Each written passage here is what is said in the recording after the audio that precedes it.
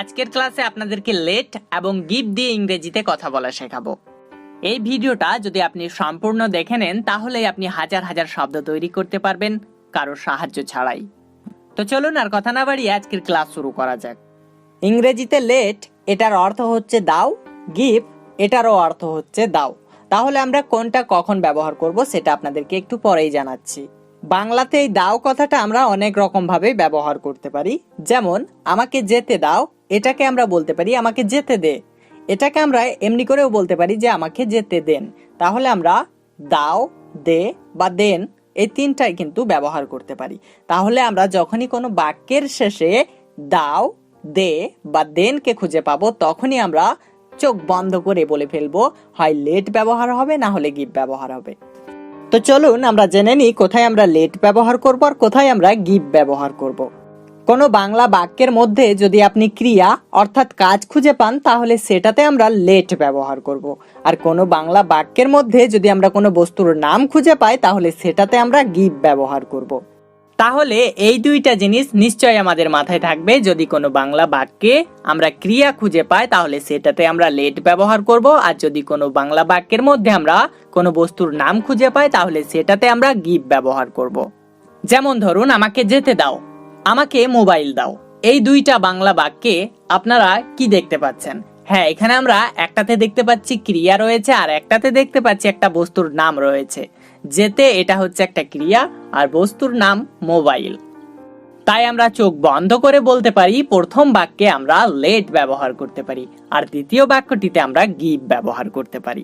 তো চলুন আপনাদেরকে কিছু উদাহরণের মাধ্যমে ব্যাপারটা বোঝানোর চেষ্টা করব। তো তার আগে আপনাদেরকে আরো একটা জিনিস মাথায় রাখতে হবে। যদি আমরা কোনো বাংলা বাক্যে ক্রিয়াকে দেখতে পাই তাহলে আমরা শব্দের প্রথমে চোখ বন্ধ করে লেট লিখে ফেলবো, তারপরে আমরা অবজেক্টকে রাখবো। অবজেক্ট কোনগুলো চলুন আপনাদেরকে একটু সহজ করে বলে রাখি। আমরা কোথায় কি ব্যবহার করব। আমরা আই এটার জন্য মি ব্যবহার করি, ইউ এটার জন্য আমরা ইউই ব্যবহার করব, উই এটার জন্য আমরা আস ব্যবহার করব, হি এটার জন্য আমরা হিম ব্যবহার করব, সি এটার জন্য আমরা হার ব্যবহার করব, দে এটার জন্য আমরা দেম ব্যবহার করব। নেম যে কোনো নাম যদি হয় তো নামের পরিবর্তে আমরা নামই ব্যবহার করব। ইট এটার জন্য আমরা ইটি ব্যবহার করব। তো আপনাদেরকে এই অবজেক্টগুলোকে একটু মাথায় রাখতে হবে। অবজেক্ট এটার পরে এবার আমরা ভার্বের ফার্স্ট ফর্ম রাখবো। তাহলে এই সূত্রটা নিশ্চয়ই আমাদের সকলেরই মাথায় থাকবে। এবার আসুন আমরা গিভ এটার জন্য সহজ করে একটা সূত্র মাথায় রাখি। সেটা হচ্ছে যদি আমরা কোনো বাংলা বাক্যের মধ্যে কোনো বস্তুর নাম দেখতে পাই তাহলে আমরা চোখ বন্ধ করে প্রথমেই আমরা গিভ লিখে ফেলবো, তারপরে আমরা অবজেক্টকে রাখবো, তারপরে আমরা নাউন রাখবো অর্থাৎ নামটা লিখে ফেলবো। এবার আসুন আমরা কিছু উদাহরণ ফলো করি, তাহলে ব্যাপারটা আরো পরিষ্কার হয়ে যাবে। দেখুন আমাদের স্ক্রিনে একটা উদাহরণ চলে এসেছে। আমাকে যেতে দাও, আমাকে যেতে দাও। তো আপনারা নিজেরাই বলুন এটা আমরা লেট দিয়ে বানাবো নাকি গিভ দিয়ে বানাবো? হ্যাঁ, এটা আমরা লেট দিয়ে বানাবো, কারণ এখানে আমরা ক্রিয়া দেখতে পাচ্ছি, তাই এটা আমরা লেট দিয়ে বানাবো। তো আমরা সূত্রতে বলেছিলাম শব্দের প্রথমেই আমরা চোখ বন্ধ করে লেট লিখে ফেলবো। তো এখানে আমরা লেট লিখে ফেলছি। এরপর আমরা অবজেক্টকে রাখবো বলেছিলাম। তো এখানে আমাকে এটার জন্য আমরা আই দেখতে পাচ্ছি, তো এখানে তো আমরা আই লিখতে পারবো না, এখানে আমাদেরকে এর অবজেক্টটা রাখতে হবে মি। তো আমরা এখানে মি লিখে ফেলছি। আর ভার্বের ফার্স্ট ফর্ম হচ্ছে গো, যেতে এটার ইংরেজি হবে গো। তাহলে হচ্ছে let me go, let me go. আচ্ছা, এটা যদি আমরা নেগেটিভ সেন্টেন্সে বলি তাহলে কি রকম হবে? আমাকে যেতে দাও এটা যদি আমরা নেগেটিভ করি তাহলে হবে আমাকে যেতে দিও না, আমাকে যেতে দিও না। তাহলে এটা আপনি কিভাবে ইংরেজিতে লিখবেন? আপনাকে কিছুই করতে হবে না, শুধু শব্দের প্রথমে একটা ডোন্ট বসিয়ে দিন, তাহলে আপনার নেগেটিভ সেন্টেন্স হয়ে যাবে। Don't let me go, don't let me go, তাহলে আপনার হয়ে যাবে নেগেটিভ সেন্টেন্স। নেক্সট উদাহরণ দেখুন আমাদের স্ক্রিনে চলে এসেছে। আমাকে ভাত দাও, আমাকে ভাত দাও। তো আপনারাই বলুন এটা আমরা লেট দিয়ে লিখবো নাকি গিভ দিয়ে লিখবো?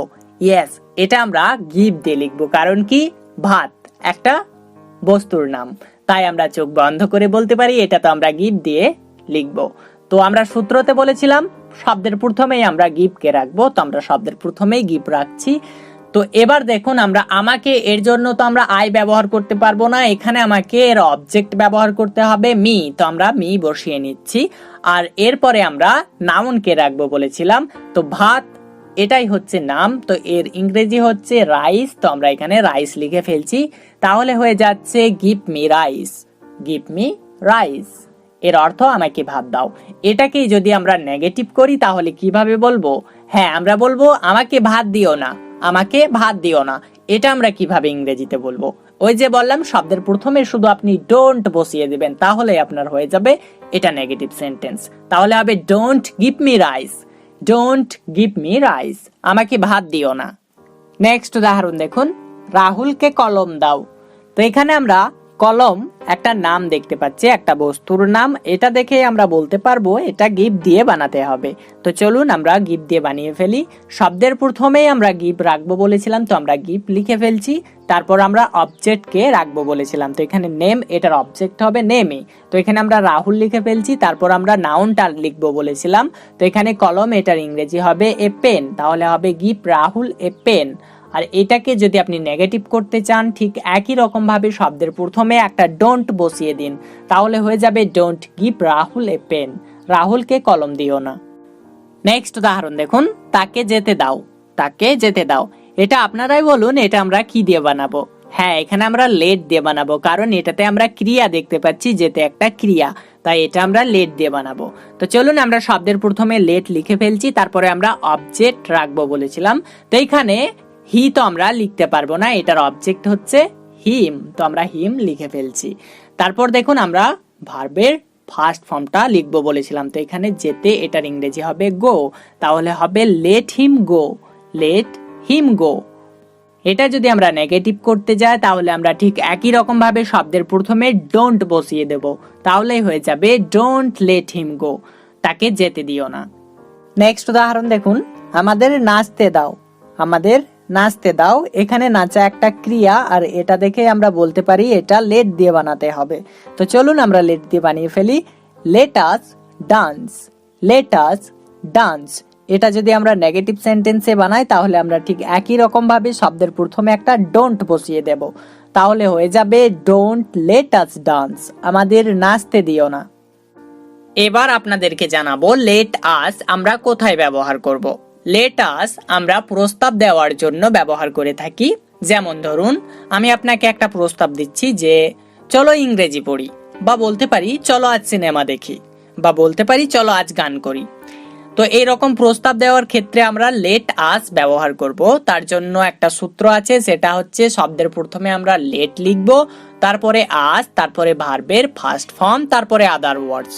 লেট আস এটার সংক্ষিপ্ত রূপ হচ্ছে লেটস, তো আপনি লেট আসও ব্যবহার করতে পারেন, লেটসও ব্যবহার করতে পারেন, এটা আপনার উপর নির্ভর করে। তো চলুন আমরা এই উদাহরণগুলোই একটু ফলো করি। চলো ইংরেজি পড়ি, এটাকে আমরা বলতে পারি লেট আস রিড ইংলিশ, বা বলতে পারি লেটস রিড ইংলিশ। তেমনি করে চলো আজ সিনেমা দেখি, এটাকে আমরা বলতে পারি let's watch movie today, let's watch movie today. চলো আজ গান করি, এটাকে আমরা বলতে পারি let's Singh today, let's Singh today.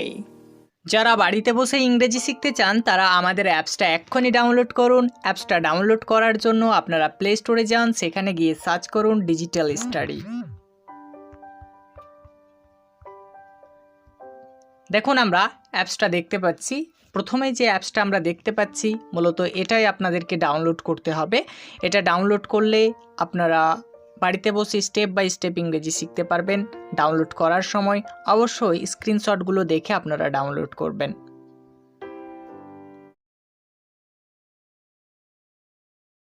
আমরা প্রথমে জেনে নেব হ্যাভ টু বা হ্যাজ টু আমরা কোথায় ব্যবহার করব।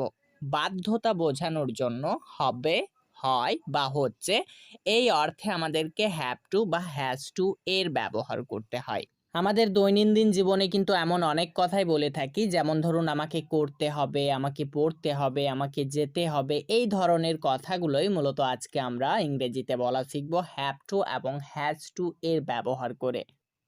এবার কথা হচ্ছে আমরা হ্যাভ টু বা হ্যাজ টু কার পরে ব্যবহার করব। আসুন এটাও আমরা একটু সহজে আয়ত্ত করে নিই। প্লুরাল নাম্বারের সাথে আমাদেরকে হ্যাভ টু ব্যবহার করতে হবে। সিঙ্গুলার নাম্বারের সাথে আমাদেরকে হ্যাজ টু ব্যবহার করতে হবে। আই এবং ইউ, ইউ অর্থাৎ তুমি অর্থেও আমাদেরকে হ্যাভ টু ব্যবহার করতে হবে। এই দুইটাই কিন্তু সিঙ্গুলার, তবুও আমাদেরকে হ্যাভ টু ব্যবহার করতে হবে।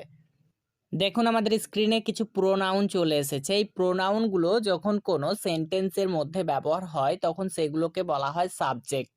আমরা যে সাবজেক্টগুলো সব থেকে বেশি ব্যবহার করি সেগুলোই আপনাদের সামনে কিন্তু উপস্থাপন করা হয়েছে। এবার আমি আপনাদেরকে উদাহরণ দেওয়ার জন্য 4টি ভার্ব নিয়ে নিচ্ছি। ডু, ডু মানে করা। লার্ন, লার্ন মানে হচ্ছে শেখা। রিড, রিড মানে পড়া। গো, গো মানে হচ্ছে যাওয়া। আমরা হ্যাভ টু বা হ্যাজ টু এর পরে এই ভার্বগুলোকে ব্যবহার করব। এবার আসুন আমরা ইংরেজিতে বাক্য বানানো শিখি। তো এখান থেকে আমরা আইকে নিয়ে নিচ্ছি। আই এর পরে আমরা কি ব্যবহার করব বলেছিলাম? ইয়েস, আমরা আই এর পরে হ্যাভ টু ব্যবহার করব বলেছিলাম। তো আমরা হ্যাভ টু বসিয়ে নিচ্ছি।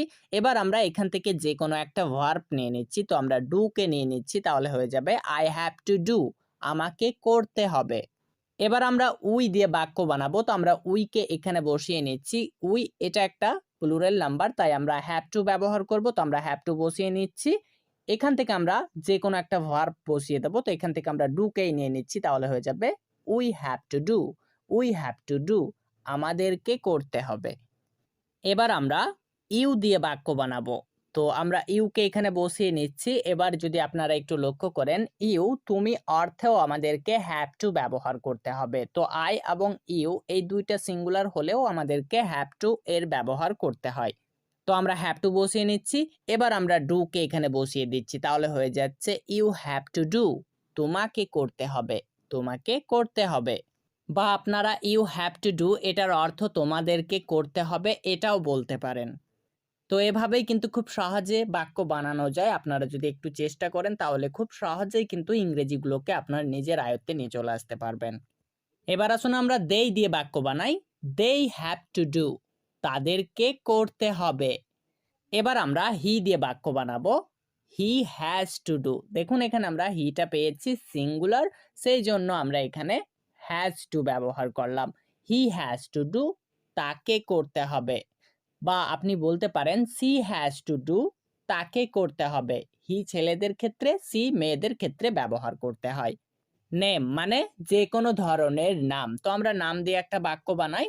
রহিম হ্যাজ টু ডু, রহিমকে করতে হবে। It has to do, it has to do, ইহাকে করতে হবে। এবার আমি এই সব বাক্যগুলো থেকে ডু ভার্বটি মুছে দিয়ে লার্ন অ্যাড করে দিচ্ছি, তাহলে হয়ে যাবে আই হ্যাভ টু লার্ন, আমাকে শিখতে হবে। উই হ্যাভ টু লার্ন, আমাদেরকে শিখতে হবে। ইউ হ্যাভ টু লার্ন, তোমাকে শিখতে হবে বা তোমাদেরকে শিখতে হবে। দে হ্যাভ টু লার্ন, তাদেরকে শিখতে হবে। হি হ্যাজ টু লার্ন, তাকে শিখতে হবে। সি হ্যাজ টু লার্ন, তাকে শিখতে হবে। রহিম হ্যাজ টু লার্ন, রহিমকে শিখতে হবে। ইট হ্যাজ টু লার্ন, ইহাকে শিখতে হবে। এবার আমি এই বাক্যগুলো থেকে লার্নকে মুছে দিয়ে রিড যুক্ত করে দিচ্ছি, তাহলে হয়ে যাবে আই হ্যাভ টু রিড, আমাকে পড়তে হবে। উই হ্যাভ টু রিড, আমাদেরকে পড়তে হবে। ইউ হ্যাভ টু রিড, তোমাকে পড়তে হবে বা তোমাদেরকে পড়তে হবে। দে হ্যাভ টু রিড, তাদেরকে পড়তে হবে। হি হ্যাজ টু রিড, তাকে পড়তে হবে। সি হ্যাজ টু রিড, তাকে পড়তে হবে। রহিম হ্যাজ টু রিড, রহিমকে পড়তে হবে। ইট হ্যাজ টু রিড, ইহাকে পড়তে হবে। এবার আমি সব বাক্যগুলো থেকে রিডকে মুছে দিয়ে গো যুক্ত করে দিচ্ছি, তাহলে হয়ে যাবে আই হ্যাভ টু গো, আমাকে যেতে হবে। উই হ্যাভ টু গো, আমাদেরকে যেতে হবে। ইউ হ্যাভ টু গো, তোমাকে যেতে হবে বা তোমাদেরকে যেতে হবে। দে হ্যাভ টু গো, তাদেরকে যেতে হবে। হি হ্যাজ টু গো, তাকে যেতে হবে। সি হ্যাজ টু গো, তাকে যেতে হবে। রহিম হ্যাজ টু গো, রহিমকে যেতে হবে। ইট হ্যাজ টু গো, ইহাকে যেতে হবে। এভাবেই কিন্তু আপনারা হ্যাভ টু বা হ্যাজ টু এর পরে যে কোনো ভার্ব বসিয়ে পড়তে পারবেন। আমি আপনাদেরকে 3টি বাক্য দিচ্ছি। আমাকে খেতে হবে, তোমাকে জানতে হবে, তাকে নাচতে হবে। এই 3টা বাংলা বাক্যের ইংরেজি কি হবে অবশ্যই আপনারা কমেন্ট বক্সে জানাবেন।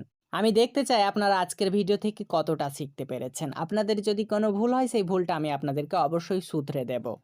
তো আজকে এই পর্যন্ত, সাক্ষাৎ হচ্ছে পরবর্তী একটা ভিডিওতে। ভালো থাকবেন সবাই।